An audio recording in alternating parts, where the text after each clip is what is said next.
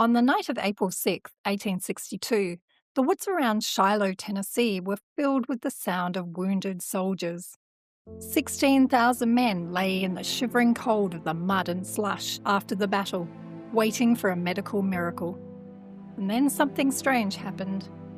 As the sun set, soldiers began noticing something impossible. Their open wounds began to glow with a soft, flickering blue light. Later accounts claimed that the glowing wounds weren't just strange, but protective as well. These wounds had healed faster, and the men had had fewer infections. For 139 years, it was known simply as the angel's glow. But what if the answer to the mystery wasn't divine, but biological? Hi, I'm Harriet. Welcome back to the channel. In this episode, we're going to be looking at American battlefield mysteries. These are strange events and phenomena that left traces behind, and sometimes those traces show up in documents. Sometimes they survive in repeated testimony or in physical evidence that just doesn't behave the way we expect it to. Now, you could argue that including this case in this video is cheating a little bit, because I did say these were unsolved mysteries. But the explanation we have for what happened at Shiloh is a modern reconstruction, not a proven answer. In fact, this case is a mystery in two directions. Biologically, we think we know how it happened, but historically, we can't even actually prove that it happened at all. The Battle of Shiloh was a 2-day carnage-soaked turning point in the American Civil War. The weather in April 1862 had started off warmly in the Tennessee lowlands, but heavy rains had fallen in the days before the battle, turning the ground to mud. It's been estimated that around 16,000 wounded men were left in this clinging mud in the woods and the orchard fields around the area. And because medical transport was almost non-existent in these conditions, many were just left where they fell for 2 nights in endless rain. As darkness fell on the first night, some soldiers noticed a phenomenon that felt like something out of medieval legend. Their open wounds began to glow with this blue light. Even more bizarre was the survival rate. The men whose wounds had glowed had lower fevers and healed much faster than those in the dark. If you look for primary sources, like letters from 1862 or official medical logs from the Union or Confederate surgeons, you won't find a single mention of glowing wounds. Historian Timothy Smith, who's studied over 2,000 contemporary accounts of this battle, found nothing. The term angel's glow doesn't even seem to appear in print until well into the 20th century. Smith has suggested that the entire legend might be a modern invention, with Shiloh chosen as a setting because of its notoriety.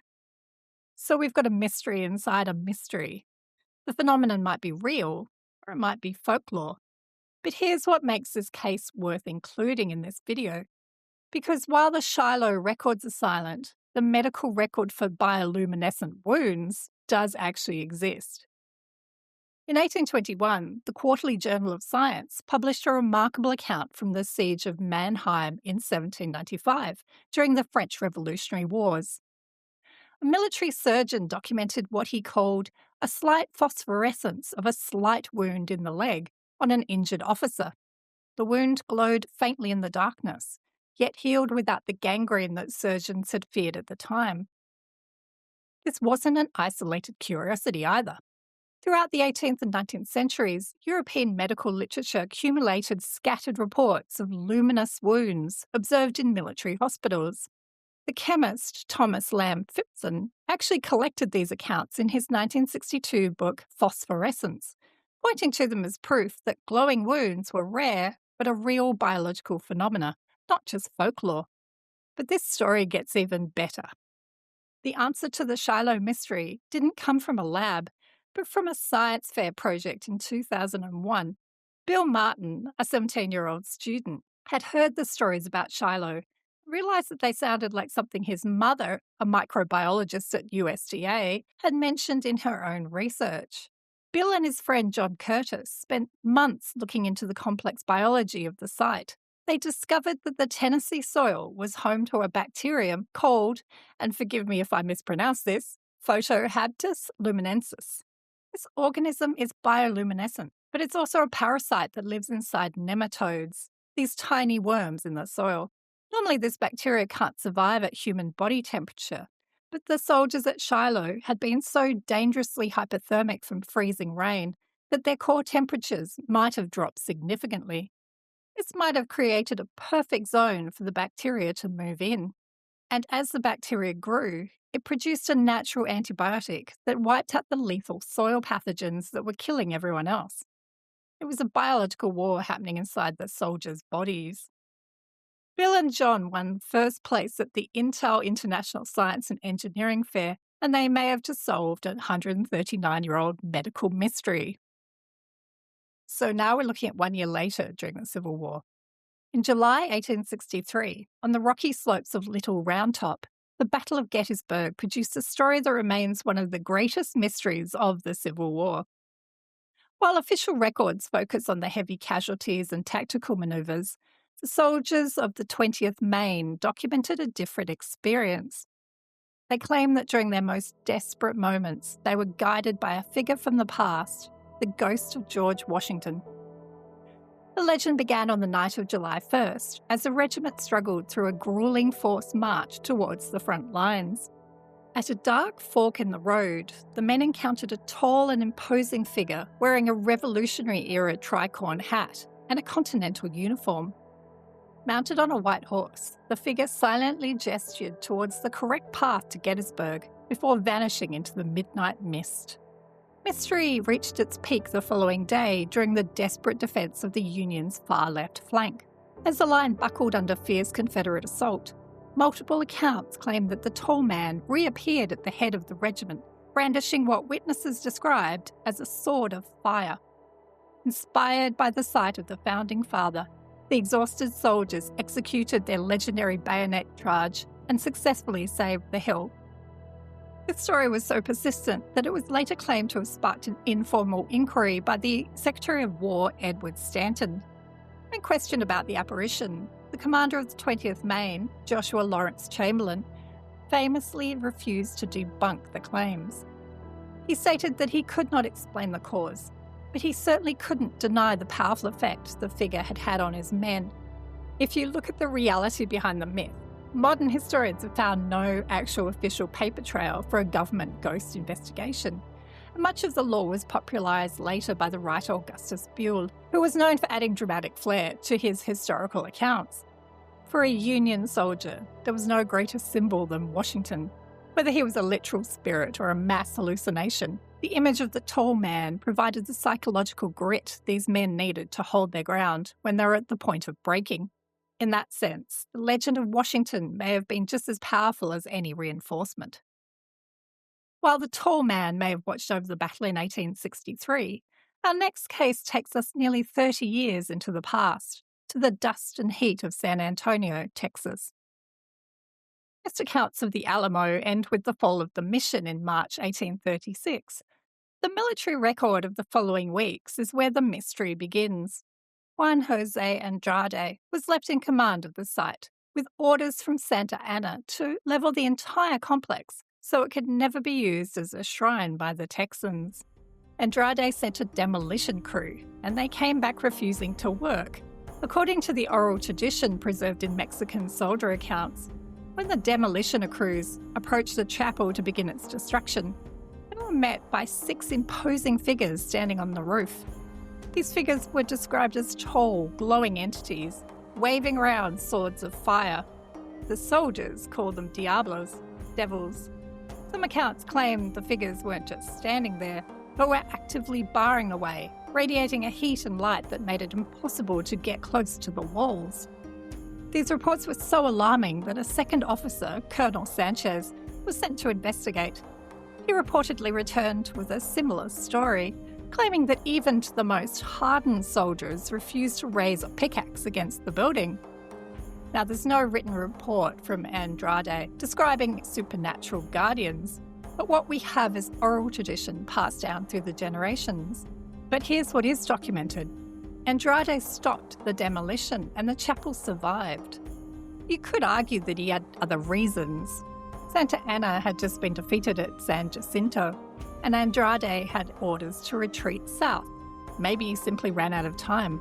Maybe the ghost story was a convenient excuse for leaving the job unfinished. From a purely structural perspective, the chapel was built from porous limestone, which would have been relatively easy to dismantle with the tools and manpower at his disposal. So there was no tactical or physical reason to leave the building standing. But that command decision is the only reason the chapel still exists today. While the mystery at the Alamo suggests that something external protected the stone from destruction, this next case looks at a structure that didn't just survive the battle, it might have absorbed it. We move forward nearly 30 years to November 1864, in the town of Franklin, Tennessee, at a private residence known as the Lotz house. The Battle of Franklin lasted 5 hours. In that time, over 6,000 Confederate soldiers were killed or wounded. It was one of the bloodiest afternoons of the entire war. As the battle raged outside, the Lotz family had sought refuge in a cellar across the street while their home was seized as a focal point for Confederate center. By the time the sun rose, the house had been converted into a makeshift field hospital. Wounded men were carried inside and laid on the floors to wait for treatment that, for many of them, never came. And the extraordinary thing is that 160 years later, you can still actually see where they bled out. In a room towards the back of the house, there's a physical record of that night. It's a large, dark indentation in the oak floorboards where a soldier was placed to wait for medical attention. What makes this site significant isn't just the history, but the persistent behaviour of the wood itself. During restoration efforts in the decades that followed, workers documented a stubborn fact. No amount of sanding or chemical treatment could remove this mark. It wasn't just on the surface. It had saturated the entire thickness of the timber. The old-growth oak that the house had been built in is remarkably porous. It looks as though the blood didn't just sit on the surface, but soaked right the way through. And once there, it's become part of the material itself. This isn't supernatural, but chemistry. But there's something haunting about it anyway. The idea that the house absorbed so much blood that it became part of the structure. Today, the Lotz House Foundation maintains contemporary logs tracking how the stain reacts to the environment. Because the old-growth wood acts as a reservoir, changes in humidity causes the fibres to expand and contract, wicking the 160-year-old organic material back to the surface. It's darker in summer and fainter in winter, like the house is almost breathing. Today, the Headless Horseman is inseparable from Washington Irving's fiction, but long before it became a short story, the image of a headless rider was already tied to the documented violence of the American Revolution. Washington Irving didn't invent the Headless Horseman, he documented him. The legend finds its origin in the events of October 28, 1776, during the Battle of White Plains. Hessian soldiers, who were German mercenaries hired by the British, played a significant role in the fighting of that day. According to General William Heath's memoir published in 1798, an American cannon shot took off the head of a Hessian artilleryman during the skirmish on November the 1st, just days after the main battle. This was a recorded military casualty. What happened next, though, moves into the realm of local tradition. According to the folklore of Sleepy Hollow, the headless soldier's body was eventually discovered and given a Christian burial in an unmarked grave at the Old Dutch Church. The Van Tassel family, the same name that Irving would later use for Katrina, is said to have arranged the burial out of gratitude for a past kindness. However, it should be noted that the church's burial records from this period didn't include entries for deaths and burials, but what is documented is the fear they felt. At the time, Sleepy Hollow lay in the neutral ground, a lawless, violent stretch between British lines in New York City and the American lines to the north. Bodies turned up in strange places. The reports of a rider searching for his head began circulating among villagers living under the shadow of occupation, and these witnesses weren't just sharing folklore, they were recording warnings, and the descriptions were remarkably consistent. Witnesses identified Hessian military dress and noted the sightings clustered along the road between the churchyard and Chatterton Hill battle site. The original reports described a figure that appeared to be searching the ground, as if looking for something lost on the battlefield. By the time Washington Irving arrived in 1798, He wasn't inventing a monster. He was documenting a localized trauma that had already been part of the community's oral history for over 20 years. Our final case remains one of the most documented anomalies in the British military archives. It's a story that crosses an ocean, beginning in the Scottish Highlands and ending on the blood-soaked colonial frontier of an American battlefield in July 1758. Unlike the other stories, it was written down before it even came true. Major Duncan Campbell of Inverawe, a senior officer of the 42nd Royal Highland Regiment, known as the Black Watch, had been carrying a dark secret for years. According to family records and the memoirs of his fellow officers, Campbell had been visited by a ghostly figure in Scotland following a violent death in his family. The story goes like this. Campbell gave shelter to a stranger who turned out to have killed one of his kinsmen. Highland hospitality demanded protection, but Duncan Campbell was the sort of man who would have sheltered him anyway. But that night, he was visited by a ghost. The figure told him that they would meet again at a place called Ticonderoga. Now, Campbell had never heard this name, and neither had anyone else. It simply didn't exist in any British record. But when the Black Watch Regiment was deployed to the American colonies during the 7 Years' War, Campbell finally heard the name again. Ticonderoga was the native Iroquois name for the portage near the French-held Port Carillon. When Campbell heard it, his blood must have gone cold. His fellow officers knew the story about his ghost encounter, and they were so worried about his state of mind after hearing the name that they actually attempted a tactical deception on him. On the eve of the assault, command staff issued verbal reports, intentionally referring to the site only as Fort Hope. However, on the morning of July 8th, Campbell entered the officers' mess in a panic to say that the deception had failed. He knew the name, and he reported that a figure had appeared in his tent the night before and stated simply, "This is Ticonderoga." During the subsequent assault, Campbell was mortally wounded. He didn't die on the field. He lingered for 9 agonizing days before succumbing to his wounds on July 18th. The prophecy had come true.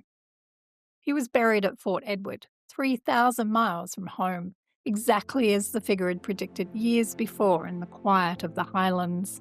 His gravestone is actually still there. It's believed to be the oldest known formally carved headstone in Washington County. I think there's something completely tragic when you realise that his fellow officers were desperately trying to rewrite the maps to save his life, but the Major was already standing in the shadow of a death he'd been running from for years. If you're interested like I am to look into Campbell's story a little more, there's a fantastic account that was published in 1911, and I've put the link below so you can read it. And just as an interesting side note, Robert Louis Stevenson's poem called Ticonderoga is actually inspired by this story. The men who fought these battles moved on long ago, but the physical and historical records remain active. Whether it's blood still rising through 106-year-old oak or a prophecy fulfilled 3,000 miles from home, these sites suggest that some events are just too heavy for time to simply wash away. So what do you think? Let me know your thoughts in the comments. I do read every one of them. And if you enjoyed this, make sure to like and subscribe. I'll see you next time.